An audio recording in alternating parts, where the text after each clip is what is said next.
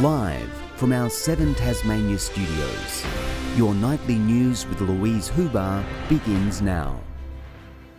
Good evening, everyone.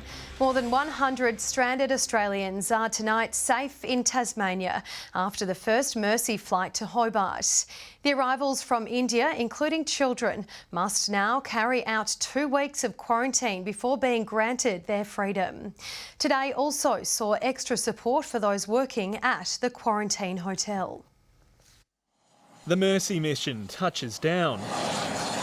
On board 118 Australians, all anxious to make it home. Today's terminal is far from typical. The Qantas flight from Delhi is isolated on the tarmac, greeted only by authorities clad in PPE. Then the moment travellers had waited 12 hours and so many months for. One by one, buses cross to a nearby hangar. Inside, passengers undergo processing, among them parents and children. They seemed in good spirits and very pleased to be on Australian soil. The next stop was Hobart's Best Western, cordoned off by Defence Force personnel. It's hoped Tasmania will learn from mistakes made at hotel quarantine in other states. We have police at each of our hotels 24/7 and they are supported by the ADF and a small number of private security. Extra measures will also be put in place to support hotel staff so they don't work anywhere else during quarantine operations. Still being negotiated, but an extra daily payment so that they have some more funding in their pocket, and also if they are part-time they'll be paid at a full-time rate. Workers will also be asked to avoid large social gatherings, aged care and healthcare facilities. It does seem the government stepped up. They've learnt from other jurisdictions. They've put in place much better protections for Tasmanians in the broader community, but also the workers who will be dealing directly with these travellers. All arrivals today were required to test negative for COVID prior to boarding, but the real test will be the next 2 weeks and the next 2 Mercy flights still to come. Sean McComish, 7 Tasmania News. A 57-year-old experienced sailor has been rescued from his yacht in rough seas off Bennelong Bay. Police had to tow the 9-metre vessel, which experienced an engine failure while sailing from Victoria. The Westpac Rescue Helicopter and Challenger from Victoria aided in the difficult mission amid dangerous weather conditions. The sailor from Canberra was taken to hospital for a medical assessment. Meanwhile, wind gusts of up to 120 kilometres per hour have been recorded in some parts of the state. High winds lashed the northeast and southwest today, with the Weather Bureau forecasting the conditions to stick around until tomorrow. There were several power outages in the north due to fallen power lines and trees. The Tasmania Fire Service has been given a boost with 3 new state-of-the-art firefighting appliances added to the fleet. The new trucks come decked out with the latest technology, providing the tools needed to keep communities safe. An exciting delivery to the Tasmania Fire Service. They're the best fire appliances we could get in the world. This is our aerial apparatus strategy coming together. It's been a couple of years in the planning. Worth between $1 and $1.5 million each, these new trucks came all the way from Germany. These booms will allow fireys to reach buildings in urban areas quicker. Because of the flexibility of these vehicles, we can work in very tightly with a lot of buildings, a lot of smaller streets and so forth. They've got all the latest gadgets: electrical current proximity detectors, thermal imaging cameras and Wi-Fi hotspots. We've been able to have virtual meetings, video studies of what the apparatus have got on them, what they can do. So we've had a tremendous amount of input. There's one for each region of the state, specifically designed for the cities they'll be stationed in. We'll have a ladder based in Launceston, an articulated boom in Hobart and a combination pumper ladder in Burnie.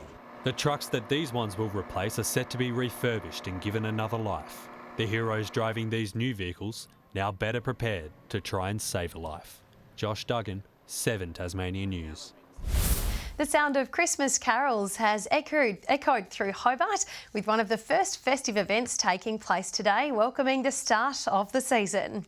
Families enjoying a day out together as the community celebrates the end of a tough year. Donning red Santa hats, these little helpers are practising their tricks as Christmas tunes by the Royal Australian Navy Band fill St David's Park. Here today for the inaugural Sunshine Carols. And it's really just about enjoying this wonderful space, being out in the elements. We've got some sunshine at the moment, hopefully that stays around, and just enjoying being together as a family. Run by the Child Health Association, encouraging families to relish in the Christmas spirit. So we've come out so we can get in the Christmas spirit and spend some time as a family before Christmas. Is Christmas a special time for you guys? Oh, definitely, and definitely now they're getting a little bit older. Now they're starting to really notice Christmas stuff around, getting really excited about all the different things happening. The event luckily able to still take place, selling out its 2,000 free tickets, with the crowd enjoying the festivities after a tough year. Being able to have the sort of sense of community and festive spirit at this time of year, at the end of the year that we've just had, it's just delightful, and it had to happen. We know that it's been an incredibly difficult year for families, for everybody across the world, and we really just wanted to create a fun, engaging, interactive event for families where they can come and let a bit of steam off. Ruby Kamane, 7 Tasmania News. Meanwhile, another local event to avoid the COVID-19 chopping block, a celebration of Tasmanian vegan food and products held at Kingston, showcasing what the state has to offer. 45 stalls featuring in the 3rd annual Vegan Fest, including plant-based products to try and information shared by animal rights groups, as well as helpful tips for current or aspiring vegans. It's just continuing to rise, and there's more and more options out there, but people are always looking for new ideas and looking to find where those sort of elusive, hard to find things are. The event pre-sold 1,200 tickets for the 2 sessions. Our border reopening to South Australia this week officially marked the first time Tasmania was open to every state and territory since March. Tonight we take a look back at the trials and tribulations of 2020 and how the COVID pandemic shaped a year we will never forget. It was a year that started out like any other. But the world as we knew it was about to change. At first, coronavirus seemed like nothing more than a distant problem. It wasn't long before it hit closer to home. It's a really big trouble to us. Fishermen left with hundreds of cray and nowhere to sell them. It's the same answer every day, don't know. As the virus began to spread across the globe, some Tasmanians found themselves trapped. But yeah, it's been pretty, I guess, intense. And then, on the 2nd of March, the moment many had been dreading arrived. Good evening, everyone. It's here. Health authorities have confirmed the coronavirus has reached Tasmania. One by one, events fell over. Unfortunately, we've had to call the Dark Mofo 2020 version off this year. As Australia closed its borders to the rest of the world, Tasmania went one step further. Any Tasmanian can still come home, but if they come home after midnight on Friday, they will need to go into a 2-week quarantine. Leaving many scrambling to get home before we became Fortress Tasmania. I can't believe how lucky we are. We thought if we got stuck here, how would we get home? Our borders officially closed. No scheduled flights in or out for the first time in decades. The Spirit no longer taking caravans. We're just so up in the air. All I want to do is go home. Further public health measures implemented as the number of positive cases continued to rise. Today is a day we won't forget anytime soon. A day thousands of businesses across our state and many more across the country were forced to close their doors to customers. It's all over. Many staying afloat by offering takeaway or online orders. Schools were left without students. Visitors banned from hospitals and aged care facilities. The gravity of the situation setting in for a Premier just 2 months into the job. The forced sacking of tens of thousands of our fellow Tasmanians this week, at the stroke of my pen, broke my heart. With Easter approaching, holiday makers were banned from travelling to their shacks. Our regions becoming ghost towns. We are a very dependent municipality on tourism. We rely on the shackies, so at the moment the local community's keeping me going. The virus claiming its first life on March 30, an 80-year-old woman in the northwest. But the region was about to suffer another blow. The Northwest Regional Hospital has been hit with an outbreak of coronavirus. 2 hospitals closed, all staff members and their families quarantined, and a community in lockdown. One by one, ambulances lined up this morning to collect and transfer around 24 patients from the Northwest Regional and private hospitals. Patients off the ill-fated Ruby Princess cruise ship, deemed Ground Zero. Reinforcements called in to help. Healthcare heroes here at the request of the Tasmanian government. We haven't seen this in Australia as yet.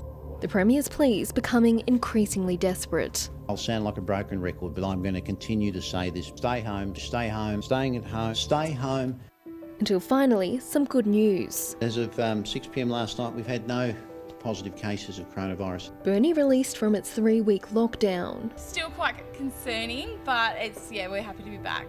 And a light at the end of the lockdown tunnel revealed. Releasing our roadmap to recovery, a timeline for the way forward. Stage 1 restrictions began to ease. Visitors to aged care facilities once again allowed. For Kayleen Johnson, today is Mother's Day. Cafes and restaurants facing a gradual reopening. And after months of learning from home, students returned to schools. Welcome back. I've been waiting. Permission even granted from the state's top doctor to break one social distancing rule. When someone who's healthy sees a healthy relative they haven't seen for a long time, they may well hug them. Further internal restrictions lifted on June 5. Statewide travel once again allowed. It's time to get rid of the cabin fever. Get out and put the scooting boots on and get going. Did you think you were going to get through it? No. But today I think we'll make it. And drinking at the pub was welcomed back. Taking our social distancing seriously. Cheers. Beautiful.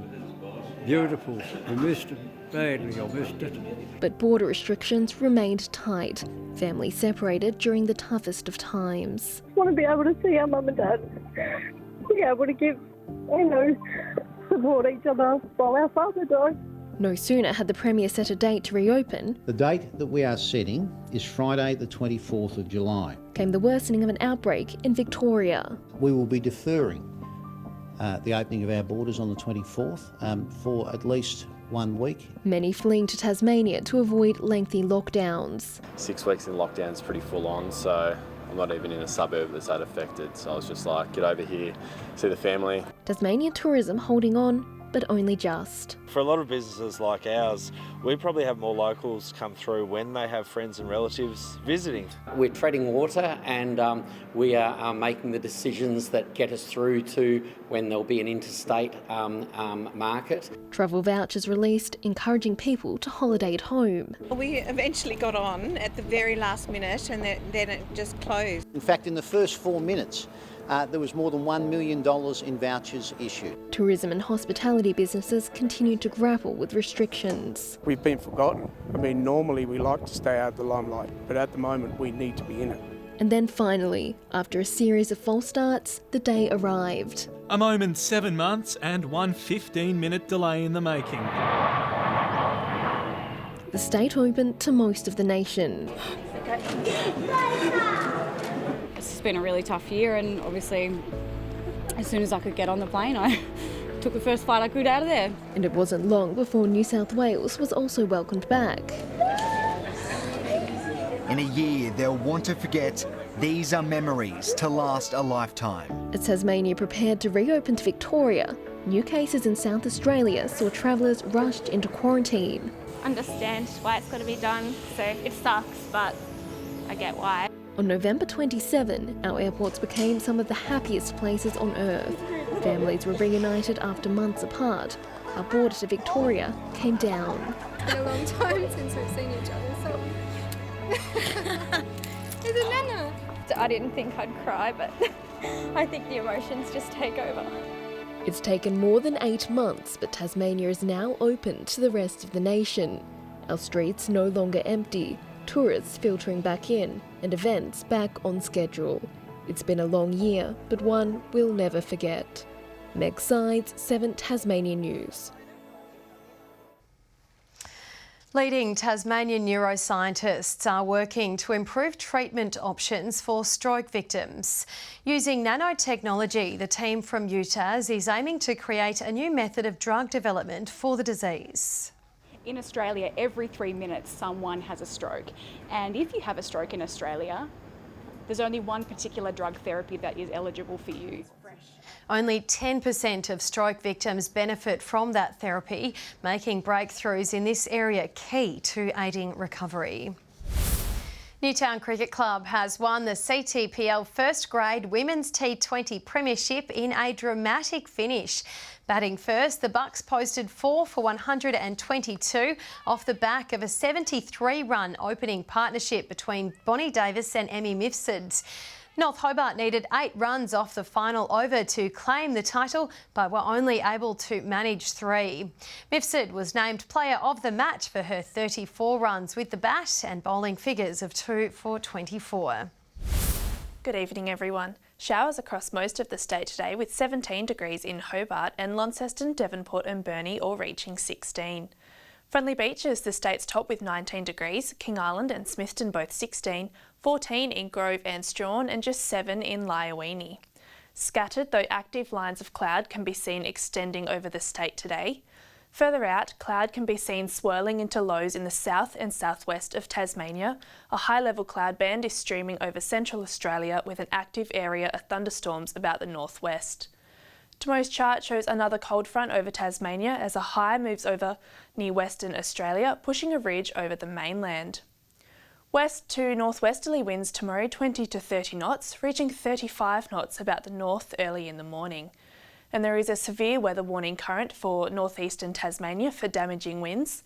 A gale warning is current from Sandy Cape to St Helens Point for northwesterly winds, and strong wind warning for all remaining coastal waters and southeast inshore waters excluding the Derwent Estuary.